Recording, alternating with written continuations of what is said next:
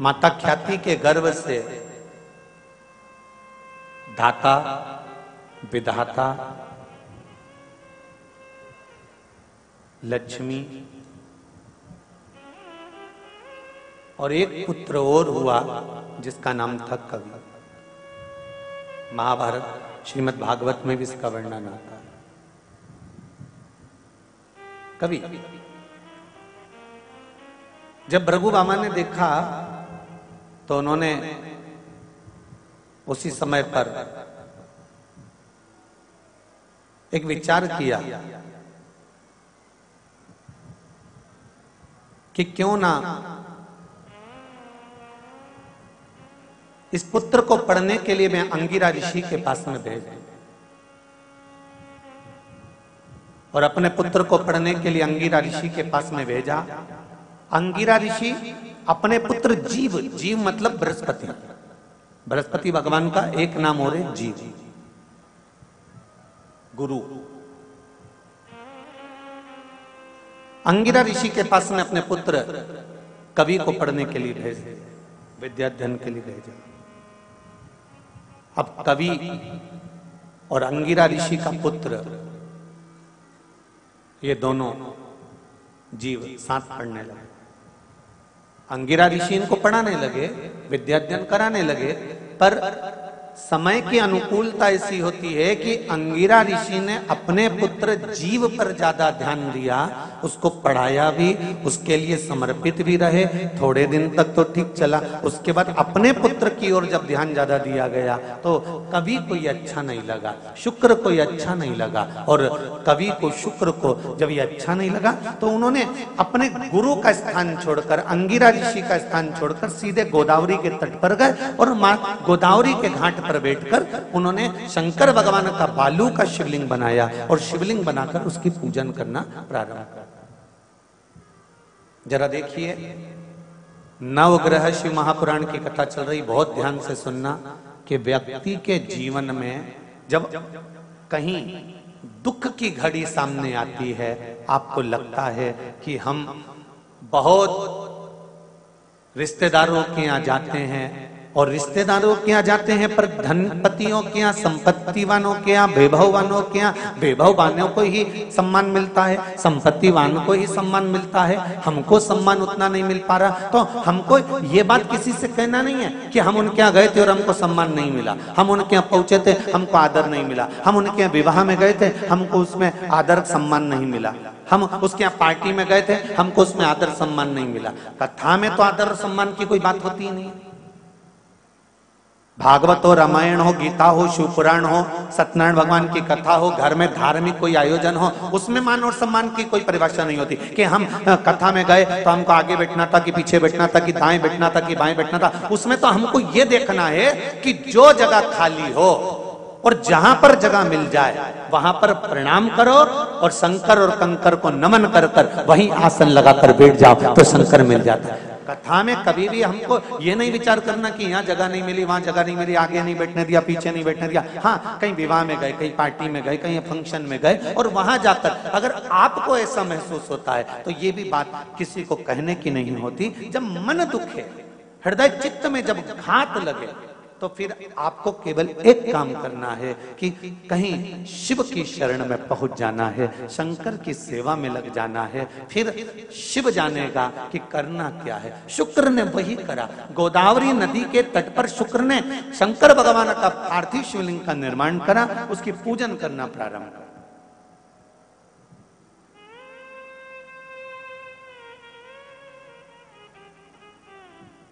और जब पार्थिव शिवलिंग का पूजन करना प्रारंभ करा, शंकर भगवान ने कृपा दृष्टि कर दी। मांगो, तुम्हें क्या चाहिए? आपकी कृपा।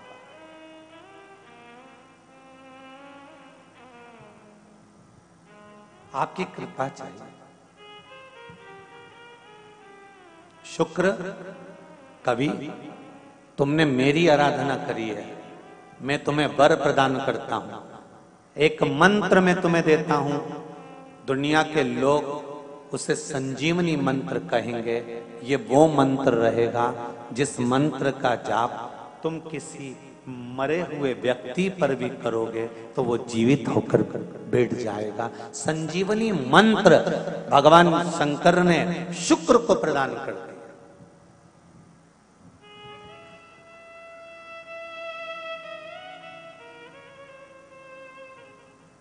संजीवनी मंत्र।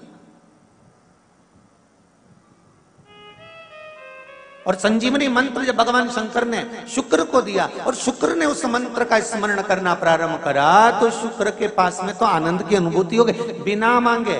शंकर भगवान से शुक्र ने यह नहीं कहा कि मुझे यह मंत्र देना, पर शिव ने दे दिया। और शंकर कभी भी थोड़ा नहीं देता, देता है तो बहुत में देता है। शुक्र, मैंने तुम्हें संजीवनी मंत्र दिया है, इस मंत्र को रखना और मैं तुम्हें देव तुल्य बनाता हूं, तुम ग्रहों में पूजे जाओगे। और शुक्र को भी ग्रह बना दिया, कवि को भी ग्रह बना दिया और पूज्य बना दिया। ध्यान दीजिएगा, महामृत्युंजय मंत्र का आप लोग जाप करते हैं? कितने लोग करते हैं? जरा हाथ उठाओ। करते हैं? कभी कभी तो करते होगे, रख लीजिए।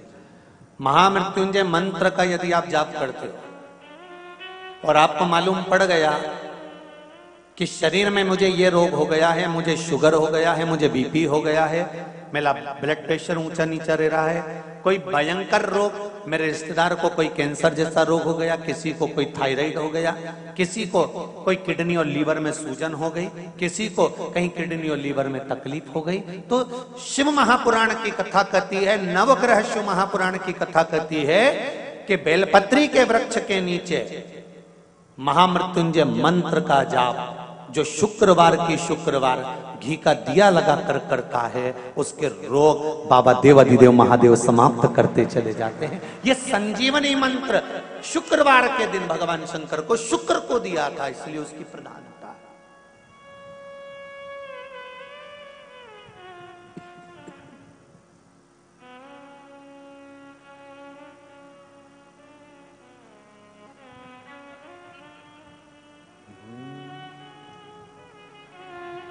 ये वो संजीवनी मंत्र।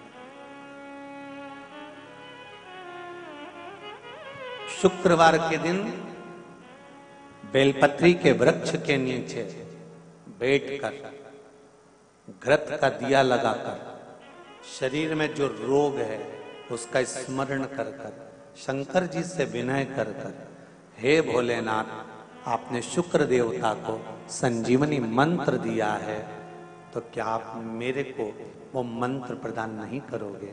मेरे रोग, मेरी बीमारी, मेरे दुख को आप नहीं हरोगे?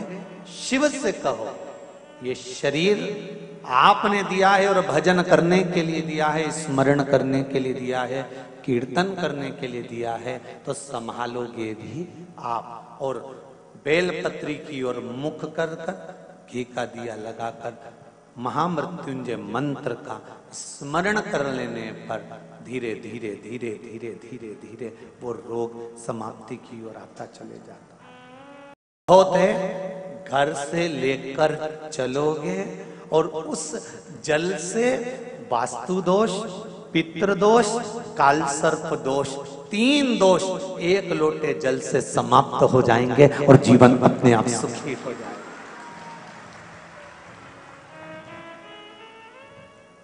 शिव महापुराण जब तक टीवियों पर नहीं आई थी, उससे पहले सारे घर के पाइप, सीढ़ी, बाथरूम, रसोई घर 25 बार बदल के देख लिए थे। लोगों ने कहा था वास्तु दोष, वास्तु दोष, वास्तु दोष। जब से लोगों ने कथा सुनकर 1 लोटा पानी चढ़ाना चालू करा, वो वास्तु दादा कहां गया पता नहीं पड़ा। 1 लोटा जल।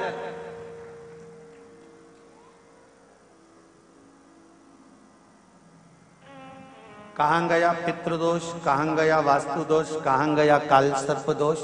क्योंकि शिव पुराण को सुन सुनकर हमने अपनी गलतियों को छांटना प्रारंभ कर दिया। हमने दूसरे की गलती नहीं छाटी, हमने अपनी छाटी है कि कमी कहां है। कमजोर कड़ी ढूंढ ली कि हमारी कड़ी कमजोर कहां से।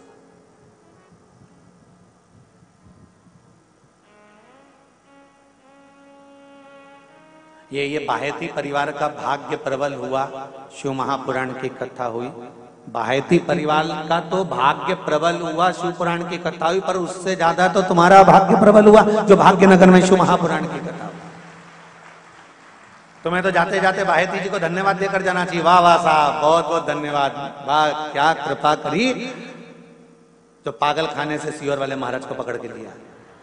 तो ये तो कृपा कहीं शिव की हुई है, उदारता हुई। और बाहेती परिवार पर भी ये कृपा कहीं पूर्वजों की हुई, और पूर्वजों पर भी ये कृपा कहीं शंकर भगवान को इस बाहेती परिवार के किसी व्यक्ति ने, किसी पूर्वज ने शंकर भगवान के 16 सोमवार करे होंगे, व्रत करा होगा, सोमवार के व्रत करे होंगे, तब जाकर शिव महापुराण की कथा मिली। कोई ऐसे मिल जाए। ये बाहेती जी जानते कितना पीछा पड़ा है। ओ 2 साल से लगे हुए थे पूरे कथा कथा। आशीष जी समीर जी, आशीष जी समीर जी, फोन पे बात करना, फोन लगाना, कथा की तारीख, फिर कब की बुकिंग करते करते करते करते आज भगवान ने योग संजोग बनाया है। और शिव की भी कृपा कितनी प्रबल होगी कि उसने भी इनसे कह दिया होगा तू कथा कहीं और जाकर कराएगा, मैं खुद ऐसी व्यवस्था कर दूंगा कि कथा स्थल भी बाबा की कृपा से जहां कराएगा वो भी बाबा ही देगा, और जहां कराना है वो भी बाबा ही देगा। कहीं शिव की कृपा है, कौन करा।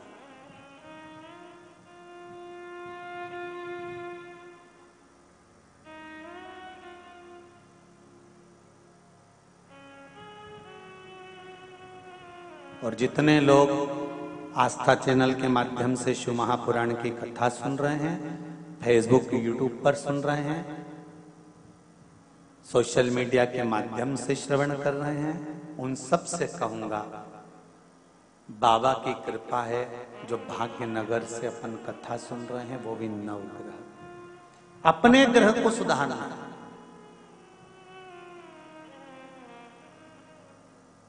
हम दुनिया को सुधारने के लिए ना चलें, हमें अपने आप को सुधारना है। और जिस दिन हम अपने आप को सुधार लेंगे उस दिन अपना राष्ट्र सुधारने में देरी नहीं लगेगी। अपन सुधरे, घर सुधरा, मोहल्ला सुधरा, नगर सुधरा, फिर राष्ट्र सुधरा, अपने को देरी का।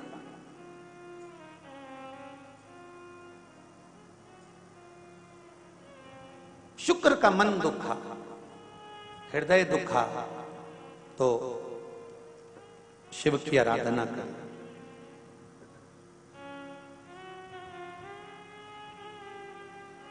और शिव की आराधना का फल क्या मिला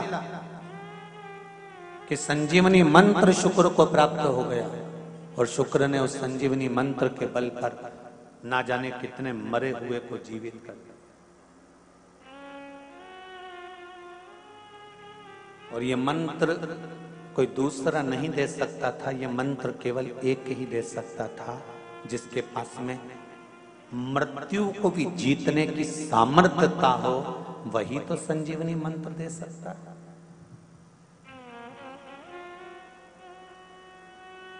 प्रथम सुख जम के बोलो क्या है? निरोगी काया। किसी ने कहा कि प्रथम सुख घर में माया।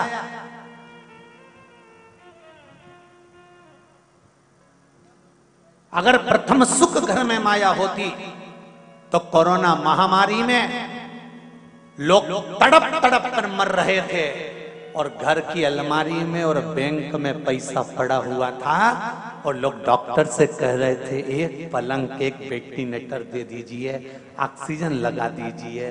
तो बताओ धन काम आया? प्रथम सुख निरोगी काया।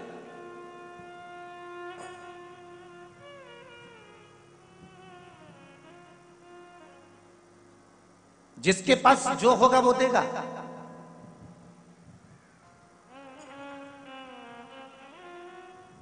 भगवान विष्णु ने लक्ष्मी जी को देखकर भगवान शंकर से कहा, भोलेनाथ जी, प्रभु जी, शिव जी ने पूछा क्या बात है? शंकर भगवान ने पूछा क्या हो गया नारायण? नारायण कहते हैं प्रभु वो लक्ष्मी जी की जो माता है ना ख्याति देवी, वो आपकी पूजन करती है। तो आपकी पूजन करती हैं तो ख्याति देवी का मन लक्ष्मी जी का विवाह आपके साथ करने का है। शंकर भगवान बोले मैं लक्ष्मी से विवाह कर ही नहीं सकता।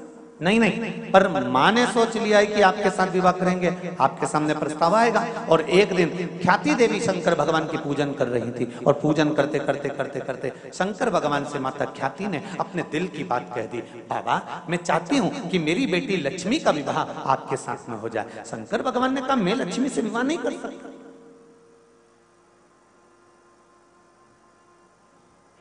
मैं लक्ष्मी जी से विवाह नहीं करूंगा।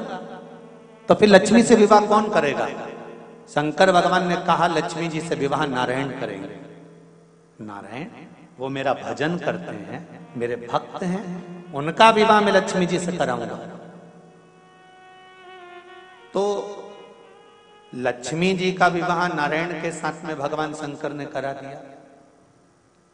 लक्ष्मी जी ने शिव जी से आराधना करी, भोले बाबा आपने मेरा विवाह भगवान विष्णु जी के साथ में करा दिया, पर मेरी माता के हृदय में आप बैठे थे, मेरी माँ आपके साथ विवाह करना चाहती थी, आपने नारायण के साथ कराया। मेरा जब कन्यादान हो, जब मैं इस घर से विदा हूं, तो मैं चाहती हूं कि आप मुझे कुछ वर देकर विदा करें।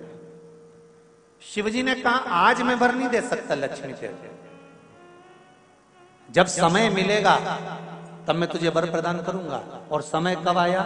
जब एक दिन नारायण जी और लक्ष्मी माता का विवाद हो गया। लक्ष्मी जी रुष्ट होकर एक बेलपत्री के पेड़ के नीचे जाकर बैठ गई और उस वृक्ष के नीचे बैठे बैठे लक्ष्मी जी को समय हो गया। वहां से उठी, दूर जाकर एक बालू रेत का शिवलिंग का निर्माण माता लक्ष्मी जी ने करा और हजारों वर्ष तक माता लक्ष्मी जी ने तप की मुद्रा में साधना करने में माता लक्ष्मी डूब गई। हजारों हजार वर्ष बीत गए, दसों हजार वर्ष बीत गए और माता लक्ष्मी शंकर भगवान की आराधना में बैठ गई। तप करते करते करते करते करते करते करते करते लक्ष्मी जी का शरीर ने बेलपत्री के वृक्ष का स्वरूप धारण कर लिया। नारायण उनको ढूंढ ढूंढ के थक गए, लक्ष्मी कहाँ चली गई? लक्ष्मी दिख नहीं रही, लक्ष्मी गई कहाँ? देवताओं से पूछा, 33 कोटि देवताओं से पूछा, आखिरी में देवाधिदेव महादेव से पूछा कि मेरी धर्मपत्नी लक्ष्मी गई कहाँ? शंकर भगवान ने कहा कि उसने एक बेलपत्री का वृक्ष का रूप धारण कर लिया जिससे किसी को दिखे ना। नारायण ने उस बेलपत्री की स्तुति करी, लक्ष्मी प्रकट हुई। शंकर भगवान ने कहा लक्ष्मी आपने मेरी आराधना हजारों वर्ष तक करी है, मैं तुम्हें वर प्रदान करता हूं। आज तक तुम केवल लक्ष्मी थी, मेरा नाम मैं तुम्हें प्रदान करता हूं। लोग मुझे महादेव कहते हैं, मेरा महाशब्द मैं तुझे देता हूं। आज से तू केवल लक्ष्मी नहीं रहेगी, आज से तू महालक्ष्मी रहे। मैं अपना नाम दे रहा हूं तेरे को।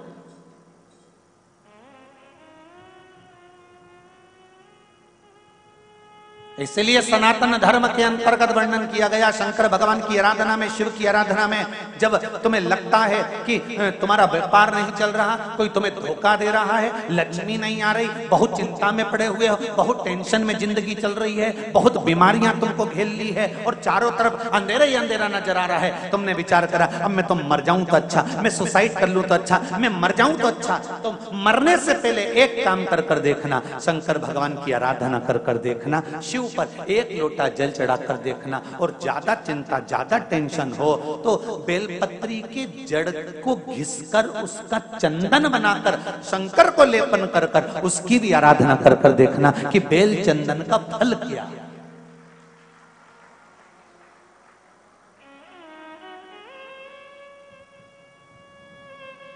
एक बेल पत्र, एक बेल, ये कोई साधारण नहीं, एक बेल,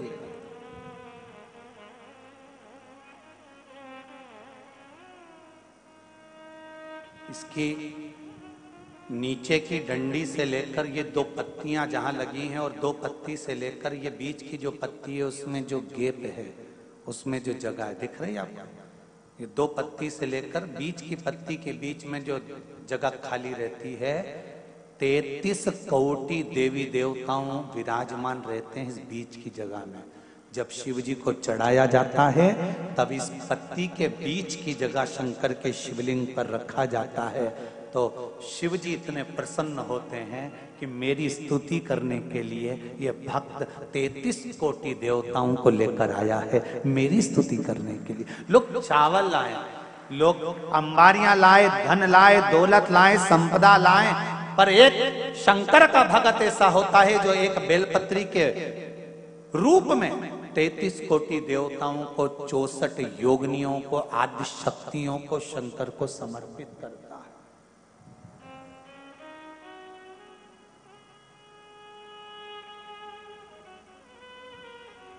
जाओ भगवान के पास जब भी जाओ तो दिल से जाओ, हृदय से, छल कपट को दूर कर। शराबी और सांप, इनसे भी सीखने को मौका मिलता है। शराबी और सांप रोड पर टेढ़े आड़े चलते हैं पर घर में सीधे ही घुसते हैं।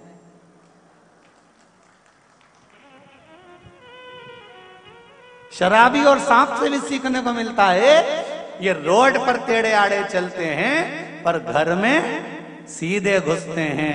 उसी तरह संसार सागर में तुम कितने भी टेढ़े रहो पर महादेव के चरणों में सीधे ही बने रहना कि मैं तुम्हारा हूं, इसके सिवा मैं कुछ जानता ही नहीं, मैं दूसरा कुछ जानता ना। तो मुझे पूजन आती है, ना मुझे स्तुति आती है, ना मुझे अर्चना आती है, ना मैं सेवा जानता हूं, ना मैं चाकरी जानता हूं। मैं तो केवल एक बात जानता हूं, श्री शिवाय नमस्तुभ्यम। ये वो मंत्र है शिव महापुराण का, इससे ज्यादा मैं कुछ भी नहीं जानता। पंचाक्षर नमः शिवाय, षडाक्षर ओम नमः शिवाय, द्वादशाक्षर ओम नमो भगवते वासुदेवाय, 2 अक्षर का राम जानता हूँ, 2.5 अक्षर का कृष्ण जानता हूँ, इससे ज्यादा मैं जानता क्या।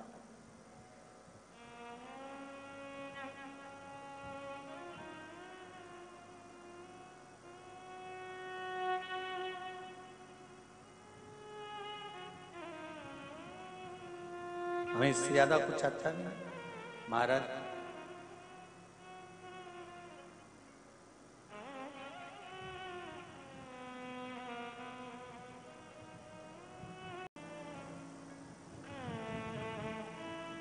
एक देवराज नाम का ब्राह्मण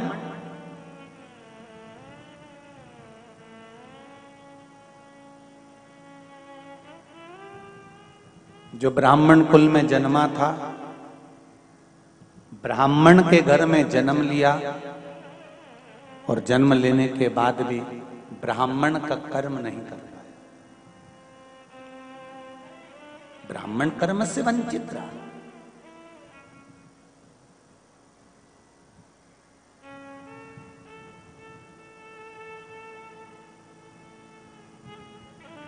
ब्राह्मण कुल में जन्म लेने के बाद अगर आप ब्राह्मण कर्म से वंचित रह भी गए तो मेरा एक निवेदन रहा है, वो हमेशा कहता हूं, कोई अगर ब्राह्मण कुल में जन्म लिया है, ब्राह्मण कर्म से अगर वंचित रह गया है, रह जाने दो, पर आप अपने मुख से किसी की निंदा मत कि वो ब्राह्मण होकर ऐसा कर रहा है, वो ब्राह्मण होकर ऐसा कर गया। हमें निंदा नहीं करनी।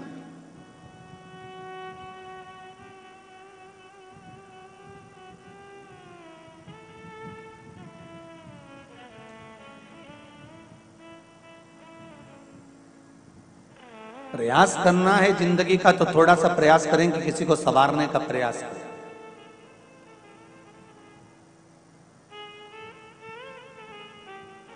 कोयल और कौआ दोनों में मीठा कौन बोलता है?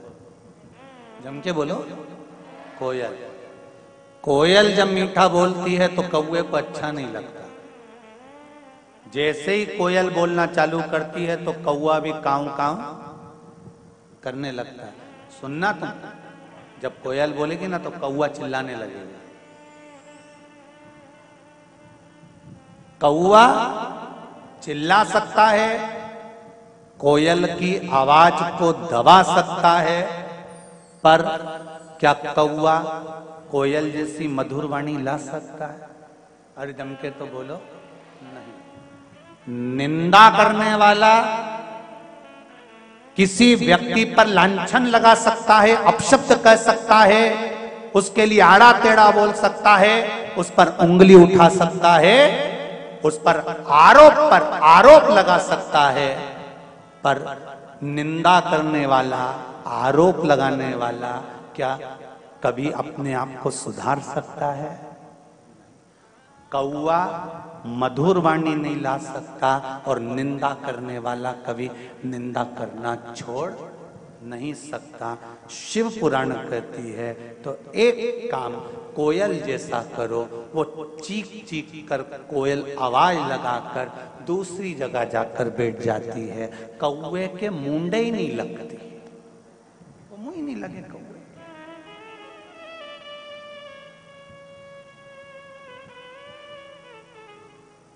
बोले बोले आग लगे बस्ती में, अपन रहो मस्ती में, क्या किसको रोइए, चादर तान के सोइए। अपनी जिंदगी मस्त जियो, जो होगा देखा जाएगा। अपन क्यों रोकर जीवन निकालें?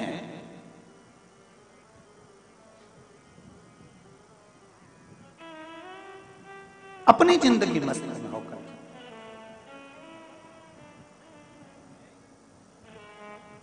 महाराज,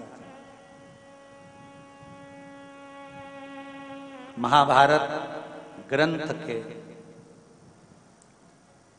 वन पर्व में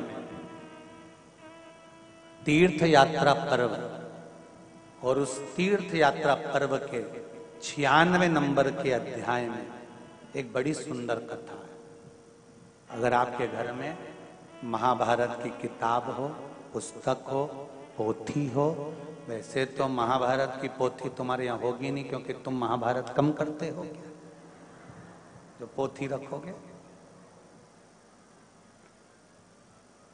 महाभारत ग्रंथ के अंतर्गत, काव्य के अंतर्गत वन पर्व के यात्रा पर्व में, यात्रा पर्व के 96 नंबर के अध्याय में एक सुंदर चरित्र वर्णन आता है शंकर के भगत का,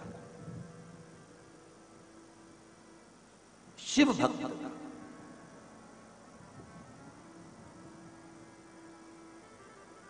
दो थे, एक का नाम था आतापी और दूसरे का नाम था बतापी। दोनों असुर है, दोनों राक्षस है। आतापी भी और वृतापी।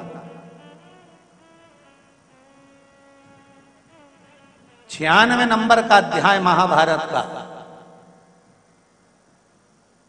वन पर्व, तीर्थ यात्रा पर्व, उसका 96 अध्याय कहता है इन दोनों ने शंकर भगवान की आराधना करी,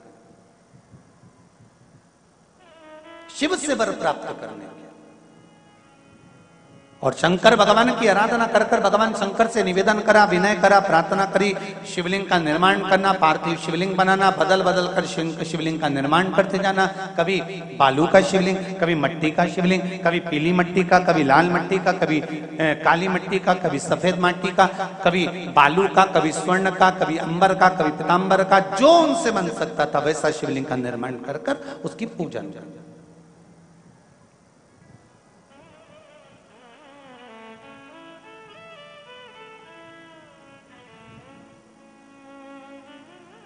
आराधना करते करते करते करते बहुत समय बीत गया। दोनों ने विचार करा कि यहां तो शिवजी प्रसन्न ही नहीं हो रहे। कभी कभी आतापी और वृतापी जैसा मन में हम भी सोच लेते,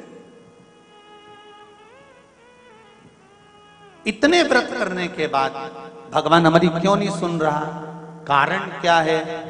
फिर हमारे मन में थोड़ा सा संशय उत्पन्न होने लगता, भगवान हमारी क्यों नहीं सुन रहा। फिर हम प्रयास करते हैं कि कहीं कोई ऐसा मिल जाए जो कहीं की बस यूं घुमा के और फेंक दे और चमत्कार हो जाए और हमें सोने का अंडा मिल जाए। और ऐसा कहीं का हो जो घुमा के हंडा निकाल दे तो हमको भी बताना, हम भी चले चलेंगे और कुबेरेश्वर महादेव का मंदिर जल्दी से बना देंगे, एक दो हंडा निकलवा के। बहुत कठिन है भाई।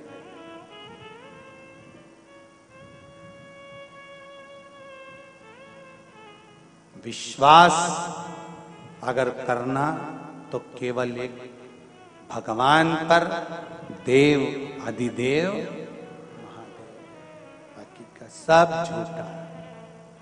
परिवार के लोग भी आग लगाकर शमशान में से चले जाएंगे, कौन बात करने आएगा? अभी तो तुम सब लोग आपस में बात कर लेते हो, जब आग लगाकर चले जाएंगे तुम अकेले धधकती हुई ज्वाला में पड़े रहोगे। वो कहे ना, जब तन में उठेगी ज्वाला कोई पास ना आने वाला, भक्तों की सुन के पुकार रे तू नंदी ले कर आ जाना।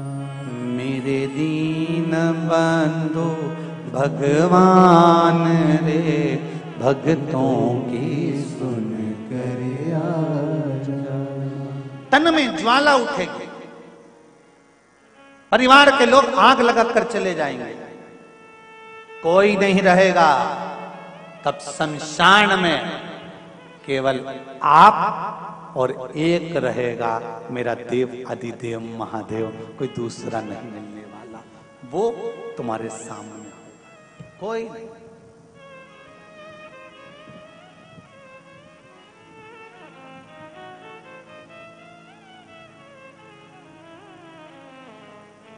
बीमार व्यक्ति को अकेले को भोगना पड़ता है बीमारी का कष्ट। सही है कि गलत है? किसी के शरीर में रोग हो गया ना, उसे अकेले को भोगना पड़ेगा।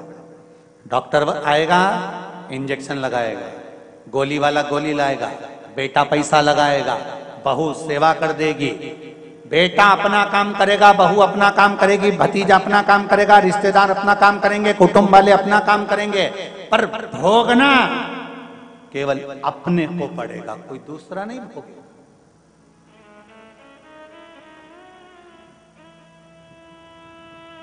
कर्म का भोग भोगना अपने को।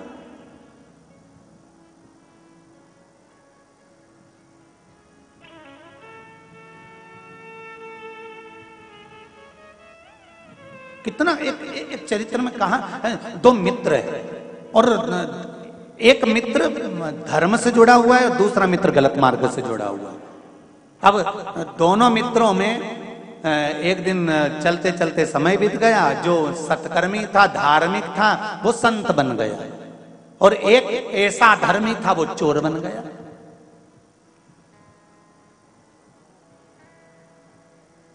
एक संत बन गया, दूसरा चोर बन गया। संत और चोर इन दोनों को बने बने समय बीत गया।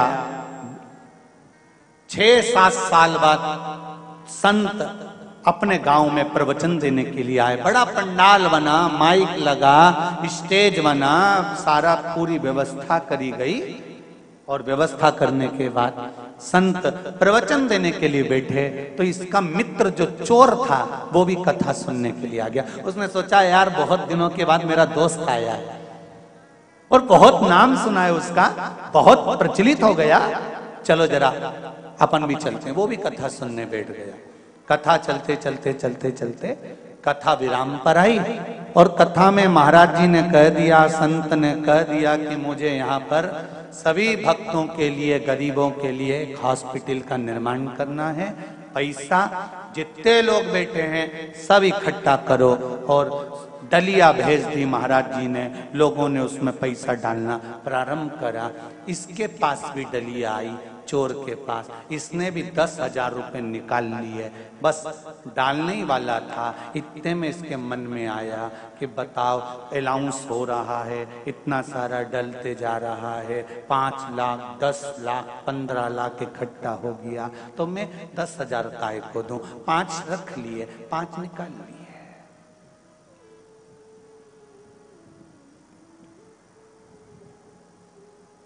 फिर डलिया घूमती घूमती घूमती घूमती इसके पास पहुंची। अब डलिया में पैसा और बढ़ गया, 25 लाख इकट्ठा हो गया। फिर इसके पास डलिया आई, इसने कहा लोगों ने इतना दे दिया, मैं काय को 5,000 दूंगा। उसने 5,000 में से 4,000 वापिस रख लिए, 1,000 निकाल लिया, 1,000। फिर डलिया घूमते घूमते घूमते घूमते पैसे की सामने आई, 30 लाख इकट्ठा हो गया। अब इसने वो 1,000 भी जेब में रख लिए। इतनी देर में चली गई लाइट। जो लाइट गई, चारों तरफ अंधेरा हो गया। 5 मिनट बाद लाइट आ गई, डलिया वापिस आई, पैसा इकट्ठा हुआ, कथा पूरी हुई। मित्र मित्र से मिलने के लिए आया और कहा तुम मुझे पहचान गए? संत ने कहा हाँ पहचान गया, तू और मैं एक ही क्लास में पढ़ते थे। मैं धर्म से जुड़ा था, तू अधर्म से जुड़ा था। हाँ, तू संत बन गया, मैं चोर बन गया। उसने कहा खूब पैसा इकट्ठा करा रे तूने, 30 लाख रुपए इकट्ठे कर लिए। तेरी वाणी में कितना दम है, गजब की तेरी आवाज, क्या बल है तेरी आवाज में। 30 लाख एक आवाज में इकट्ठा कर लिया। गजब का तू लोगों का मन बदल देता है, गजब करा तूने, क्या दिल की बात करी तूने। हाँ, खूब दिया लोगों ने। संत ने पूछा तूने कितना दिया? तू मेरा इतना गुणगान कर रहा है कि मन बदल देता हूं, ये कर देता हूं, वो कर देता हूं, तूने कितना दिया बता? अरे निकाले थे 10,000 रुपए देने के लिए। फिर बाद में सोचा 5 दूंगा, फिर बाद में सोचा 1 दूंगा, फिर नहीं दिया। संत ने कहा तो मेरी जिंदगी को धिक्कार है, सारी दुनिया का मन बदला और मेरे दोस्त का मन नहीं बदला, तो काहे का संत मैं संत किस काम का? सारी दुनिया का मन मैंने बदल दिया, पर एक दोस्त का मन नहीं बदल पाया। तो मेरा संतत्व, मेरा संत का भाव, मेरा प्रवचन देना बेकार है। इतने में दोस्त बोला नहीं रे, ऐसी कोई बात नहीं है, मन तो तूने मेरा भी बदला है। जब लाइट गई थी, डलिया मेरे सामने ही थी, मैंने सोच लिया था 2 गड्डी निकाल लेता। मैंने सोच लिया था 2 गड्डी निकाल लेता हूं, पर मैंने सोचा नहीं रे, बेचारा हॉस्पिटल बनाएगा, मेरा दोस्त कितना प्रवचन देता है, कम से कम अपन नहीं डालें, पर निकाले तो नहीं। मन मेरा चेंज हो गया, मैंने नहीं निकाला, मन तो मेरा भी बदला, चेंज तो मैं भी। लोग पूछते महाराज जी प्रवचन से होता क्या है, कथा से होता क्या है, व्यासपीठ पर बैठकर बोलने से होता क्या है, संतों की वाणी सुनाने से होता क्या है, शिव महापुराण सुनने से होता क्या है? मैं निवेदन करूंगा, जिंदगी में एक बार शिव महापुराण की कथा दिल लगाकर सुनना। अगर ठेला चला रहे होगे तो 4 व्हीलर गाड़ी भी मेरा परमात्मा ही देता है, ये विश्वास से कहूंगा। और एक बात जरूर कहूंगा, ना तो सियोर वाले महाराज को तंत्र आता है, ना मंत्र आता है, ना विद्या आती है, ना बेल है, ना भभूति है। मेरे पास तो केवल एक विश्वास है। विश्वास मेरे शंकर का है कि वो दुनिया में किसी को खाली नहीं छोड़ता। जब चोर को कुबेर बना सकता है, रावण को लंका दे सकता है, भस्मासुर को कंकण दे सकता है, तो क्या हमको नहीं दे सकता है? बस शिव की आराधना करना, इस मन चित्त और बुद्धि को भ्रम से हटाना और उसकी आराधना में लग जाना। जिस दिन तुमने शंकर के मंदिर जाना चालू कर दिया, उस दिन से तारीख लिख लेना कि इतनी तारीख से शंकर जी पे मैं जल चढ़ा रही हूं, पशुपति व्रत कर रही हूं, बेलपत्र चढ़ा रही हूँ, चावल का दाना चढ़ा रही हूँ, मूंग चढ़ा रही हूँ, एक फूल चढ़ा रही हूँ या बेलपत्र, जिस दिन से तुम शिव की आराधना चालू कर दो उस तारीख से लेकर 3 महीने तक उस तारीख को मिलाने का प्रयास करना कि जिंदगी में संकट आया और कटा कि नहीं कटा, दुख आया मिटा कि नहीं मिटा, और लक्ष्मी की कमी थी तो पेट उसने भरा कि नहीं भरा, वो तारीख निकाल कर रखिए। और आज बाहेती परिवार को भी कह रहा हूं, जितना जितना आप शिव महापुराण में ये व्यवस्थाओं में लोगों को प्रसाद आदि में बिठाने में, पानी पिलाने में या कथा के अंतर्गत जो भी खर्च करो उसको एक डायरी में लिख कर रखना। आज की तारीख से लेकर कुछ महीने की बाद की तारीख मिलाना कि मेरे शंभू ने वापिस 1000 गुना कर कर लौटाया कि नहीं लौटाया। वो कृपालु, वो दयालु, उसकी करुणा।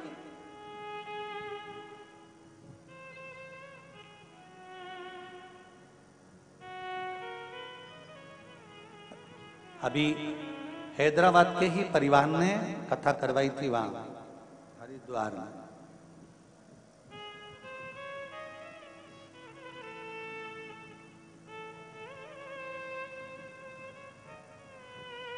जब उनका फोन समीर जी आशीष जी के पास आया तो उन्होंने कहा हम हरिद्वार कथा करा कर आए हैं, पर बाबा ने ऐसी कृपा कर रखी है कि बाबा चाहेगा तो दूसरी कथा भी जल्दी ही करा देगा। ये शिव तत्व, ये ओघड़ी तत्व है, ये शंकर।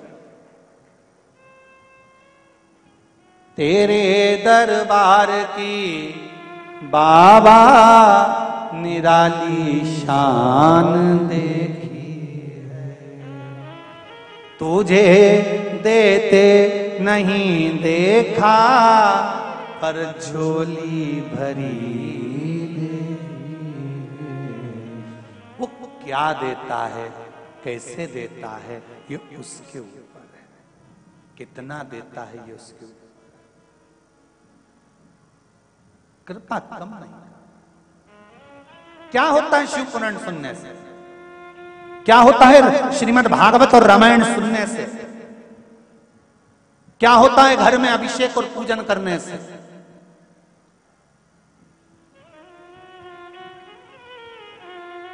शिव पुराण कहती है ये दिल, ये मन, ये चित्त, ये वृत्ति, ये बदल जाती है, शंकर के चरणों में पहुंच जाती है। अतापी वृतापी महाभारत के 96 अध्याय में वर्णन आता है वन पर्व के अंतर्गत कि इन दोनों ने शिव की आराधना करी अनायास। जैसे देवराज ब्राह्मण कुल में जन्म लेने के बाद ब्राह्मण तत्व से दूर था। ब्राह्मण का काम क्या है? शास्त्र पढ़ना, शास्त्र सुनाना, भजन करना, कीर्तन करना, स्मरण करना, पूजन कराना, पाठ कराना, मंत्र जाप करना, संध्या करना।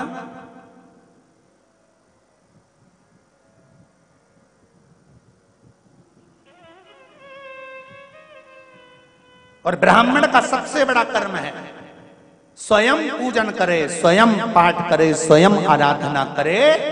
और उसकी आराधना में, उसकी वाणी में, उसकी तप साधना में वो बल होना चाहिए कि दूसरों को भी उस भजन में, उस सेवा में, उस अर्चना में, उस कीर्तन में लगा दे।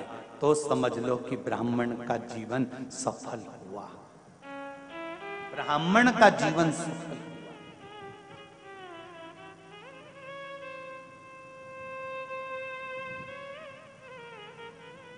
शिव मंदिर जाते हो आप लोग? कितने लोग जाते हैं? जरा हाथ उठाओ। सभी जाते हो? बहुत बढ़िया, रखो जरा रखो। धन्यवाद, बहुत बहुत। जाना चाहिए।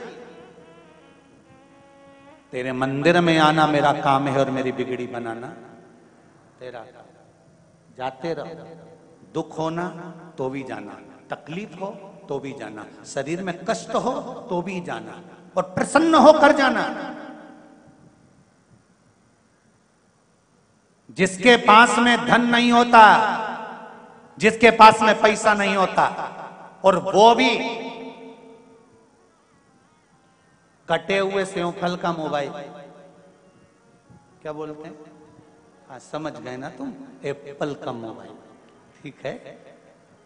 जिसके पास पैसा ही नहीं है, धन ही नहीं है, संपदा ही नहीं है, किराए के मकान में रहता है, दूसरे के घर में काम करता है और एप्पल का मोबाइल लेके घूमता है, तो ना जाने कजन कितनों के तो दिल को खटकता होगा। दूसरे के यहाँ काम करे, दूसरे की गुलामी करे और मालूम पड़े सुंदर 4 व्हीलर गाड़ी से नीचे उतरे तो दूसरे को तो खटकता होगा। ईमानदारी से तो बोलो रे, खटके कि नहीं खटके? उसी तरह शरीर में जब कष्ट हो, बीमारी हो, घर में संपदा नहीं, धन नहीं, दौलत नहीं, पैसा नहीं, दुख पर दुख है, और शंकर जी के मंदिर तुम रोज जा रहे हो, तो शंकर जी को भी खटकता है, इतना दुखी होने के बाद भी मेरा भजन कर रहा है, जा अब तू सुखी हो जा, ले जा मेरी तरफ से दे देता। खटकता तो दुख तो होता हो, तकलीफ तो होती हो।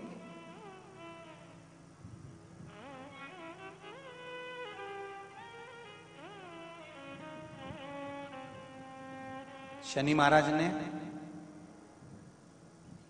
बुद्ध देव से पूछा, नवग्रह, शनि ने बुद्ध से पूछा कि बुद्ध ये बताओ, इन नवग्रह देवताओं की आपस में बात चल रही है। शनि ने बुद्ध से पूछा, बुद्ध शंकर जी के मंदिर में शंकर जी का शिवलिंग है, तो मां पार्वती की क्या जरूरत है? जहां शिव जी बैठे हैं, शंकर भगवान जहां पर विराजमान है, तो वहां पार्वती जी की जरूरत क्या है?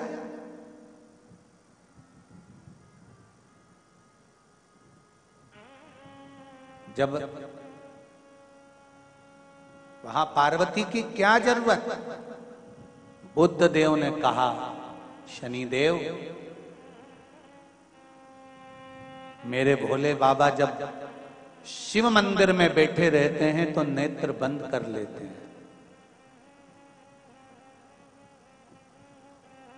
पति सर्विस पर जाए, ऑफिस में जाए, नौकरी पर जाए, दुकान पर जाए, घर में तो धर्म पत्नी को रहना पड़ता है ना।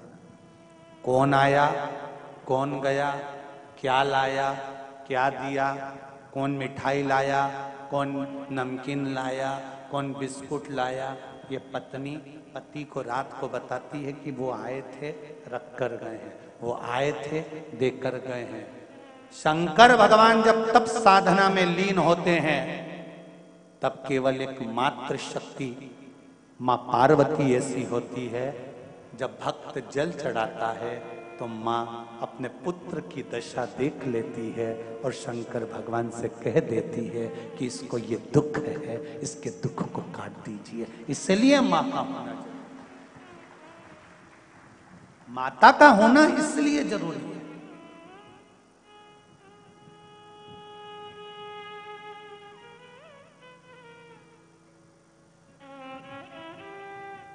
मैंने तेरे ही भरोसे, ओ बाबा तेरे ही भरोसे, हवा बिच उड़ती जावांगी, बाबा डोर हर तो छड़ी ना में कट्टी जावांगी।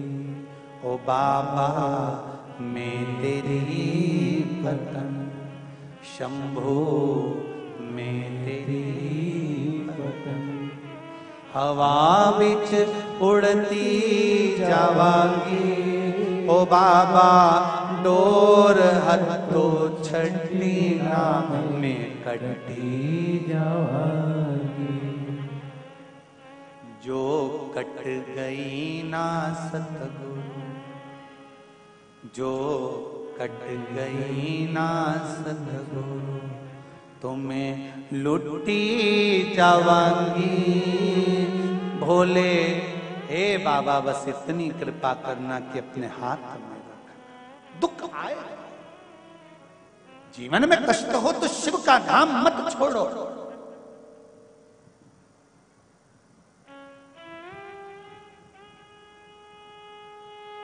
शिव की चौखट मत छोड़ो।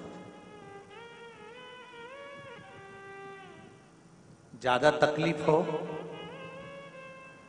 तो भस्म शंकर को लगाओ और वही भस्म का त्रिपुंड मस्तक पर लगाओ। भस्म भाग्य की रेखा को बदल देती है। भस्म में वो बल होता है।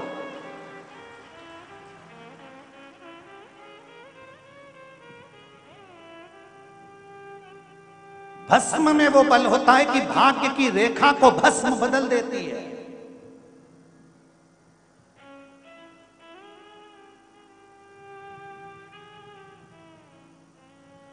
इसलिए नवरात्रे में माता जी की जब आराधना होती है तो वहां पर भी धूप छूटती है, उसमें भी भस्म एकत्रित होती है। उस भस्म को भी लोग पाते हैं। शिव मंदिर जाते हैं, वहां की भी भस्म लोग पाते हैं। दत्त मंदिर जाते हैं, वहां की भी भस्म लोग पाते हैं। गुरु गोरखनाथ जी का दर्शन करने के लिए गोरखपुर जाते हैं, वहां की भी भस्म लोग पाते हैं।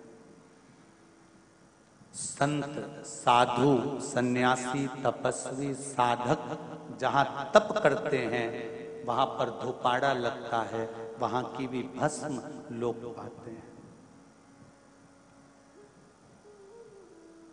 वहां की भी भस्म लोग पाते हैं।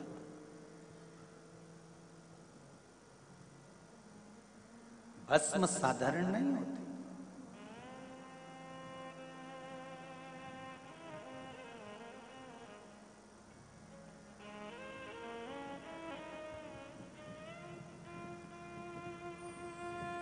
महाराज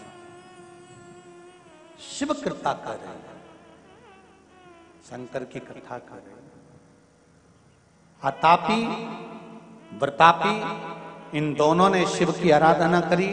अलग अलग शिवलिंग का निर्माण करना। मणिमती नगर में ये लोग निवास करते थे और मणिमती नगर में रहकर तप साधना करते थे। आतापी के पास में मणिमती नगरी एक ऐसी नगरी थी जहां संपदा की कोई कमी नहीं थी, जहां वैभव पूर्ण था।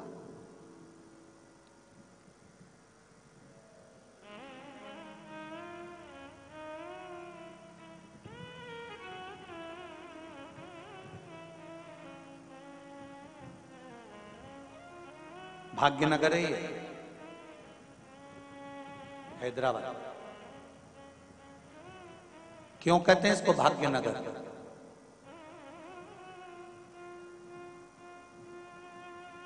अगर कोई इस नगर में आकर छोटे से छोटा भी काम करता है ना, धीरे धीरे धीरे धीरे माता लक्ष्मी की कृपा इस पर होना प्रारंभ हो जाती है और बाबा भोलेनाथ उसका हाथ पकड़कर उसको आगे बढ़ा ही देता है। इसलिए इसको भाग्यनगर कहते हैं।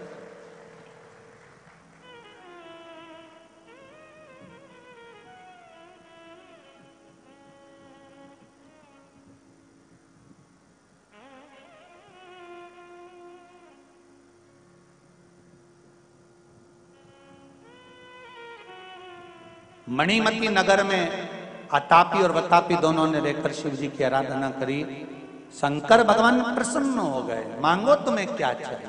अब देखिए जरा, अगर भगवान से कुछ मांगना है तो दूसरे को कष्ट देने का मत मांगना।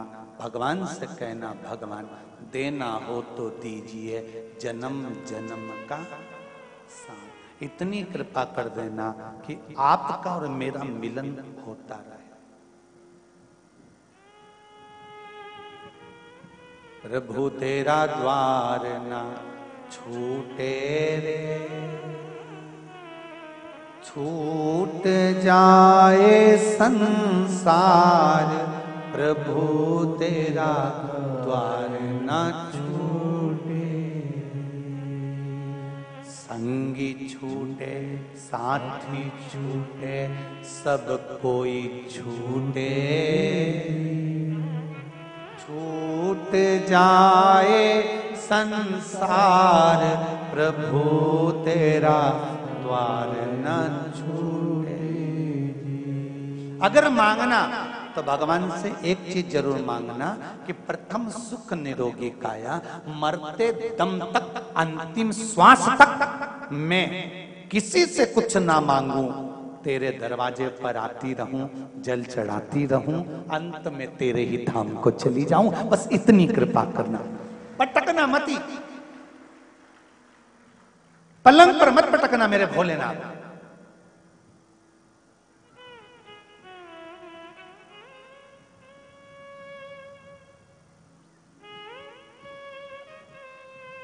ऐसी दशा मत करना। घर के लोग 4 बार गीता जी सुना दिए, 2 बार गंगा जल पिला दिए, अम्मा फिर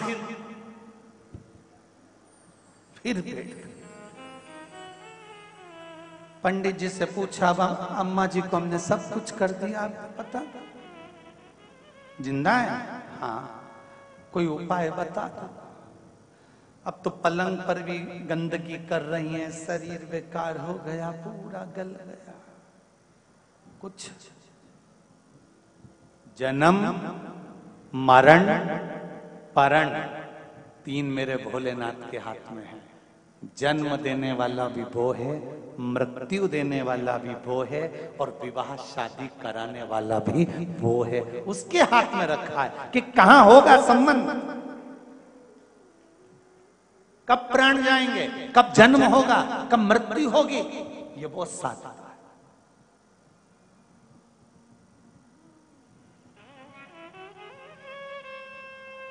उसके सिवाय कोई नहीं।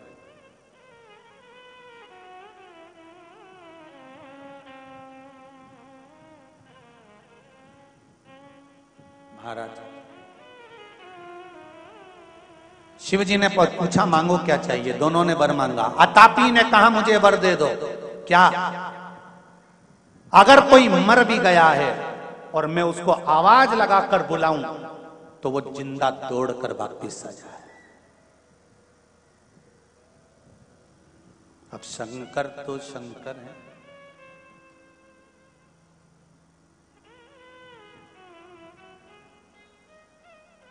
रावण ने तो शंकर भगवान से उनकी धर्म पत्नी तक मांग ली थी। कथा सुनाई थी, आप लोगों को सुनी थी, शिव महापुराण कथा में वर्णन किया था। रावण ने शंकर भगवान से जाकर कैलाश पर माता पार्वती को मांग लिया था कि पार्वती दे दीजिए। शिव जी ने कह दिया तथास्तु, ले जा। नंदी ने पूछा तुमने इतनी सरलता से अपनी पत्नी को दे दिया कि ले तो जाए, मेरे जैसा व्यक्ति है जो निभा रिया है, ले जाए, ले जाए। अपने को लगता है दूसरे की धर्म पत्नी को देखकर कितनी सीधी है, और एक अपनी ऐसी दिन भर झगड़ा करे, दिन भर अपशब्द, उसकी पत्नी कैसी है, कितनी बढ़िया, जोरदार चोटी मोटी करे, पल्लू पल्लू लेने रिबिन में बिन लगा के, और सुंदर 4 मीनार की चूड़ा चूड़ी पहन के, और कई जोरदार तैयार होके, तो क्या ऊ की पत्नी अच्छी। तो अब उससे कोई पूछे एकांत में ले जाके कि तेरी पत्नी कैसी है, तो वो हाथ जोड़ के कहेगा तुम्हारी बात कर पर ऊ की मत बोल जाए, तुम मेरे से जो पूछना है ना पूछना, उसका नाम मत। तो नंदी ने कहा कि रावण ने आपसे पार्वती जी को मांगा और आपने दे दिया, तो भगवान बोले उसमें क्या दिक्कत, ले जा। रथ आया, डोली में पार्वती जी को बिठाया, रावण लेके चल दिया, और जो लेकर चला बीच मार्ग में शंकर भगवान ने काम बिगाड़ दिया। और जाते जाते भगवान शंकर ने रूप रखकर बोला, रावण के सामने जाकर शंकर भगवान ने इतनी सरलता में पार्वती जी को दे दिया, रावण जरूर दाल में कुछ काला है, मुझे लगता है पार्वती नहीं कोई दूसरी आ गई है, जा जरा। और रावण फिर गया, जो उस डोली में जाकर देखा तो वहां पार्वती नहीं थी, मां काली बैठी हुई थी। रावण डर गया, शंकर जी के पास भाग कर गया, कहने लगा मुझे नीची है, आप वापिस धर्म लो।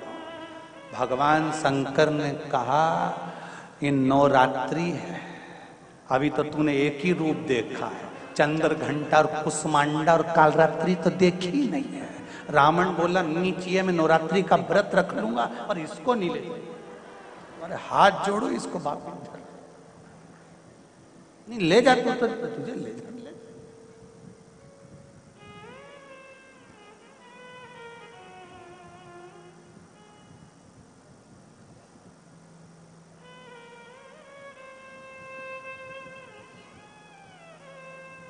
अब कहना सरल है, लड़की देखने जाओ तो साहब बिल्कुल बहुत सीधी सादी लड़की, गुरुजी इतनी बढ़िया लड़की, इतनी बढ़िया लड़की, हम 15 लोग गए गुरुजी लड़की देखने, बिल्कुल नहीं बोली, इतनी सीधी, मुंह से आवाज नहीं निकली। हमने कहा फोटो दिखाओ, जो फोटो दिखाया हमने भी कह दिया अभी नहीं बोली, जब वो बोलेगी तो तू भी डोलेगी, अभी काहे को बोलेगी। जब आतापी ने कहा मुझे वर दीजिए भोलेनाथ, मैं जिसको नाम लेकर बुलाऊं वो मरा हुआ भी जिंदा होकर आ जाए, तथास्तु। बोल वरतापी अब तुझे क्या चाहिए। वरतापी ने कहा मुझे वर दीजिए। क्या वर? मुझे वर ये दीजिए कि मैं कोई भी रूप रख सकूं, जानवर बन जाऊं, पशु बन जाऊं, पक्षी बन जाऊं, मनुष्य बन जाऊं। भगवान शिव ने कहा तथास्तु।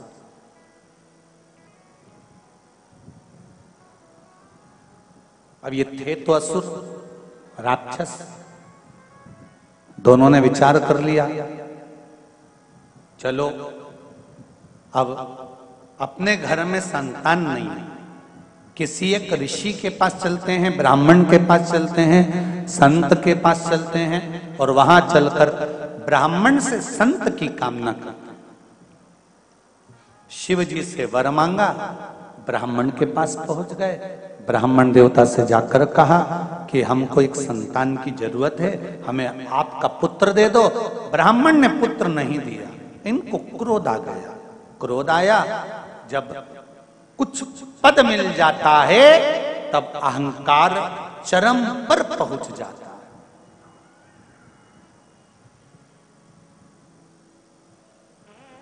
शब्द बदल जाते हैं,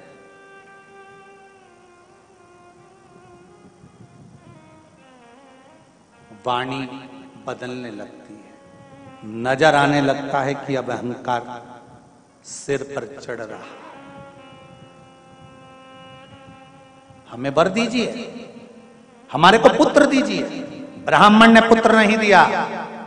आतापी ने जाकर वतापी से कहा तो चिंता मत कर, अब संत महात्मा ब्राह्मण इनको छोड़ेंगे नहीं।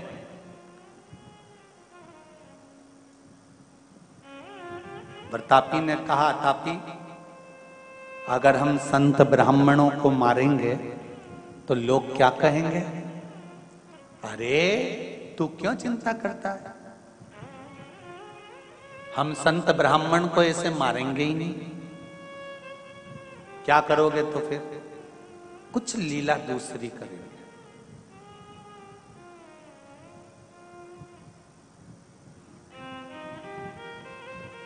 भजन करने वाला, स्मरण करने वाला, शिव की भक्ति करने वाला, इसकी कीमत भगवान बढ़ाता है, घटाता नहीं। वो कहते हैं ना जैसे कि मकान रोड पर हो तो उसकी कीमत होती है। बोलो सही है कि गलत है?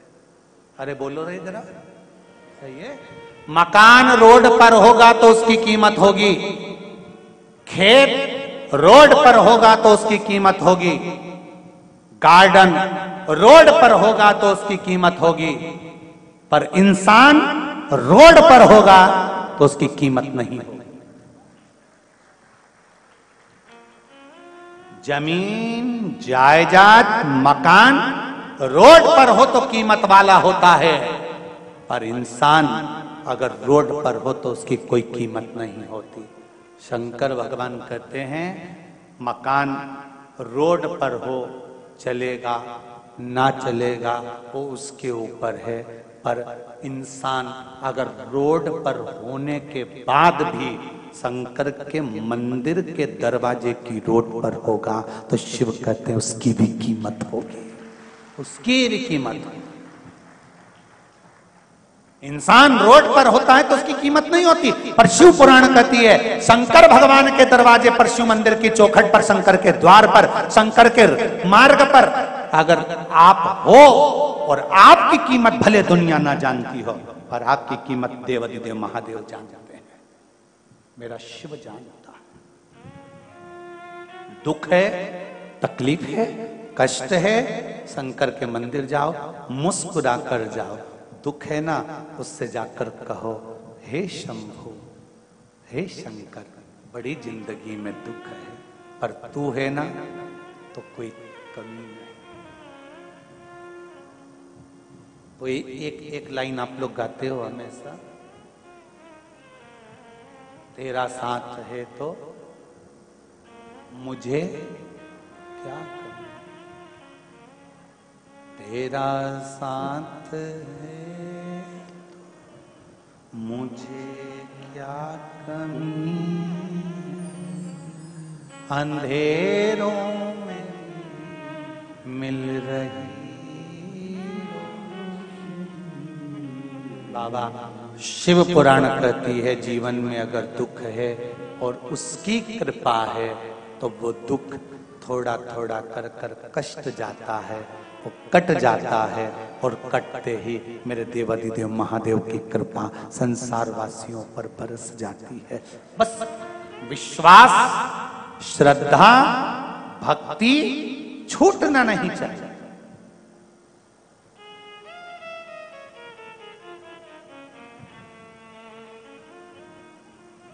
भक्ति टूटे ना, कहा एक काम करो अतापी, अतापी ने बतापी से कहा एक काम करो, कितनी चतुरता लेकर आए हैं दोनों असुर, जरा देखिए। ब्राह्मण को, संत को, गुरु को घर में बुलाओ, पेट भर के भोजन कराओ, दक्षिणा भी दो, और एक काम करते हैं। अतापी ने कहा प्रतापी मैं तेरे टुकड़े टुकड़े कर दूंगा, तेरे को मार डालूंगा, मारने के बाद पकाकर भोजन में ब्राह्मण संतों को खिला दूंगा, पहचान नहीं पाएंगे भोजन में क्या बनाया है। तेरे को खिलाने के बाद तू जब उनके पेट में चला जाएगा, मारने की जरूरत ही नहीं, मैं तुझको आवाज लगाऊंगा प्रतापी आओ, प्रतापी बाहर आओ, मुझे वर मिला है कि मरे हुए को मैं पुकारूंगा तो तुझे वापिस लौट कर आना पड़ेगा, और जैसे ही मैं तुझे पुकारूं तो संत ब्राह्मण का पेट फाड़ना, शरीर को फाड़कर बाहर निकल कर आ जाना। संत ब्राह्मण मर जाएंगे, अपना परिवार पेट भरकर संत ब्राह्मण को नोच नोच कर खाएगा। मारने का तरीका चेंज, फरसा उठाकर मारेंगे, तलवार लेकर मारेंगे, शस्त्र से मारेंगे, उससे अच्छा ऐसे मारेंगे। ठीक है, इन्होंने वही कर्म करना प्रारंभ करा। संत ब्राह्मण को भोजन करने बुलाते, आदर सम्मान देते, दक्षिणा देते, और देते देते देते देते उसके अंदर चले जाते प्रतापी। अतापी उनको बुलाते और वो फाड़ कर निकल कर आ जाता। एक बार अगस्त ऋषि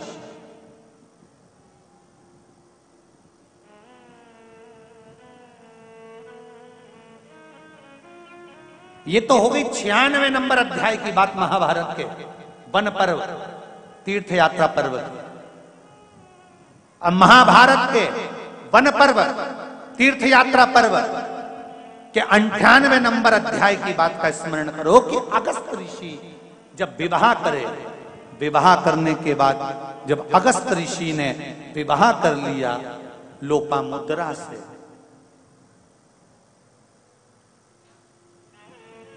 विदर्भ नरेश की पुत्री लोपामुद्रा के साथ में जब अगस्त ऋषि का मंगल विवाह हो गया, महाभारत का 98 नंबर का अध्याय कहता है लोपामुद्रा ने अगस्त ऋषि से कहा, मुझे कुछ मुद्रा की जरूरत है घर को चलाने के लिए। अगस्त ऋषि धन लेने के लिए गए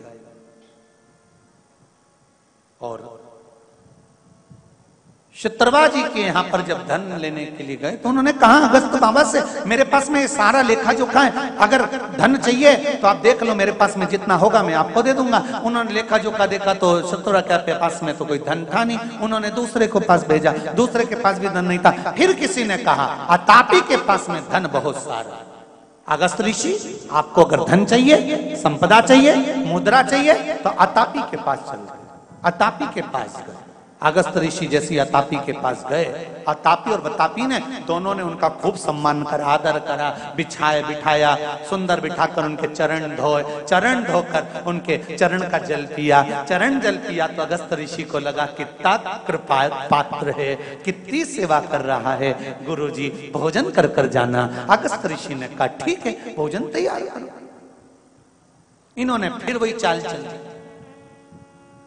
बरतापी के टुकड़े टुकड़े करे, मार दिया, भोजन तैयार किया। भोजन तैयार कर कर अगस्त ऋषि को कराया। अगस्त ऋषि ने जैसे भोजन किया, उधर में बरतापी पहुंच गया और भोजन कर कर जैसे बरतापी, जैसे अगस्त ऋषि जाने लगे,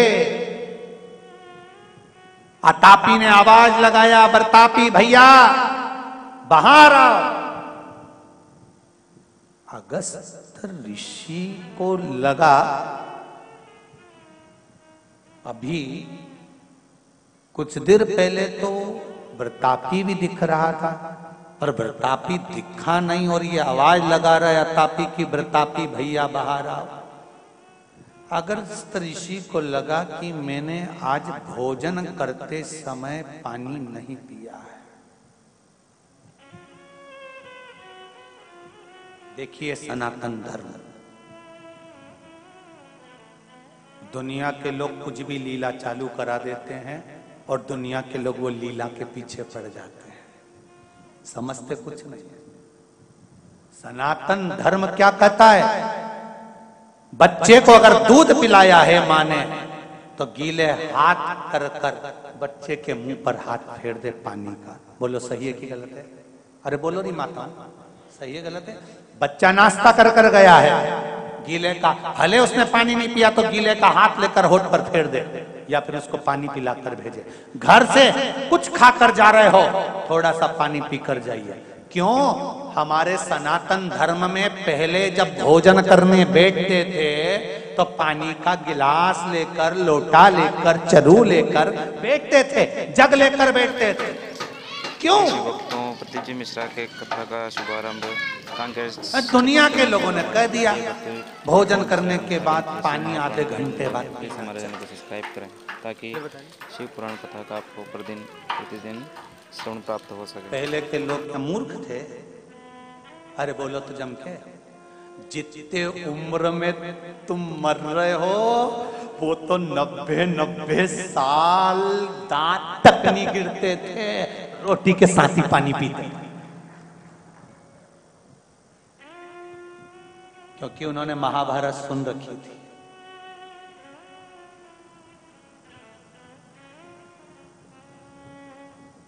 अगस्त ऋषि ने विचार करा, आज मैंने भोजन के समय पर पानी नहीं पिया,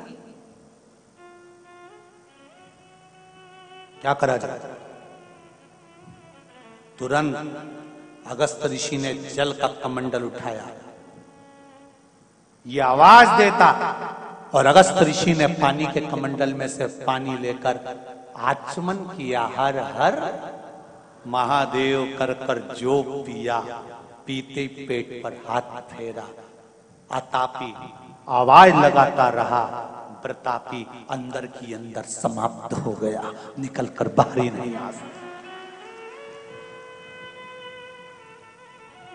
शिव महापुराण की कथा कहती है, अगस्त ऋषि की कथा महाभारत का वन पर्व का सुंदर तीर्थ यात्रा पर्व का 98 नंबर का अध्याय कहता है, भोजन करने के बाद मुख में थोड़ा पानी जाना जरूरी होता है, कारण हमारे जीवन में कुछ दुनिया के लोग अगर हम पर कुछ प्रहार करने वाले होते हैं, कोई हाय लग जाती है, किसी ने नजर लगा दी होती है, किसी ने टौना कर दिया होता है, कोई दुख आने वाला होता है, और भोजन के बाद हमारे ऊपर अगर काल मंडराने वाला होता है, तो मात्र जल का आचमन करने से वो पाप समाप्त हो जाता है। और हम क्यों, भोजन में ऐसा क्या होता है, भोजन ग्रहण करने के बाद जल पीने से ऐसा क्या प्राप्त होता है जिसके बल पर ये सारे तकलीफें मिट जाती है? उसका कारण क्या है? तो कहा भोजन अन्नपूर्णा है और जल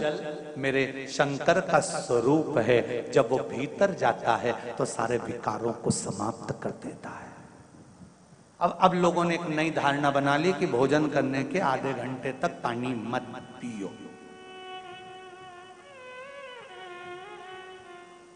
मत पियो, हम भी कर रहे हैं, नहीं पीना मत पियो। पाचन क्रिया में, अग्नि में अगर तुमको कोई तकलीफ आ रही है तो मत पियो, पर निवेदन है कम से कम एक घुट का पानी, कम से कम आधा गिलास, थोड़ा सा आचमन जितना तो पीना चाहिए, जिससे मुख का जल भीतर चले जाए और जो अंदर कुछ तकलीफ हो जीवन की वो समाप्त हो। अगस्त ऋषि ने आचमन किया, अतापी बुलाता रहा, अतापी ने कहा व्रतापी बाहर निकलो, व्रतापी बाहर निकलो, व्रतापी जल्दी आओ, पर व्रतापी नहीं आया।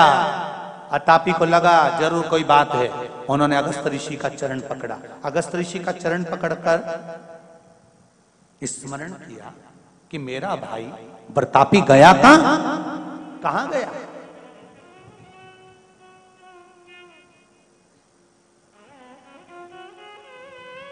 एक तीर्थ का जल, किसी तीर्थ में जाओ वहां का जल, मंदिर जाओ चरणामृत, पंचामृत या शंकर जी पे चढ़ा हुआ जल, आचमन का 2 क्षण 2 बूंद मुख में जरूर जाए। तीर्थ का जल, मंदिर का चरणामृत, जब ब्राह्मण देते हैं तो कहते हैं अकाल मृत्यु पर, मंदिर का जल। और मौका मिले जहां कहीं